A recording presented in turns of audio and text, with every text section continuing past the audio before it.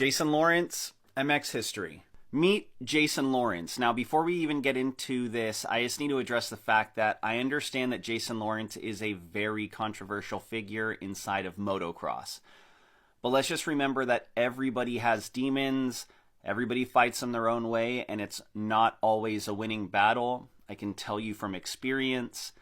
So just be chill in the comments. Whether you like the guy or not, he did make an impact on the sport in his own way, and we'll get to that at the very end. Let's go.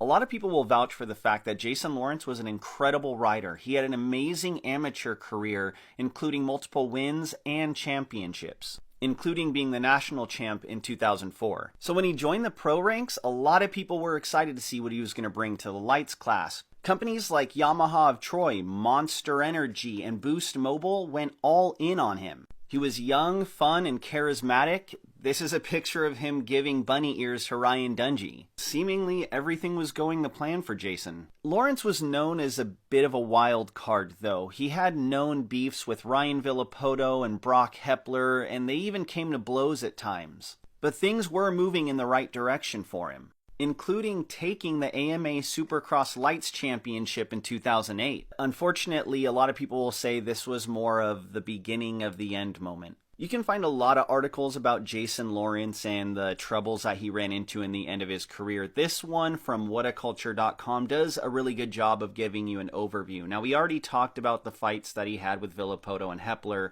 that he got fined for, but things only got worse from there. You guys can go read the articles for yourself. But just to give you guys an overview, in the months to follow, he would be charged with assault with a deadly weapon, as well as battery and a slew of other charges. And it did bleed over into the track. This article from motorcycle.com tells you about how he rolled over a mechanic's rental car, so it was starting to bleed over into all aspects of his life.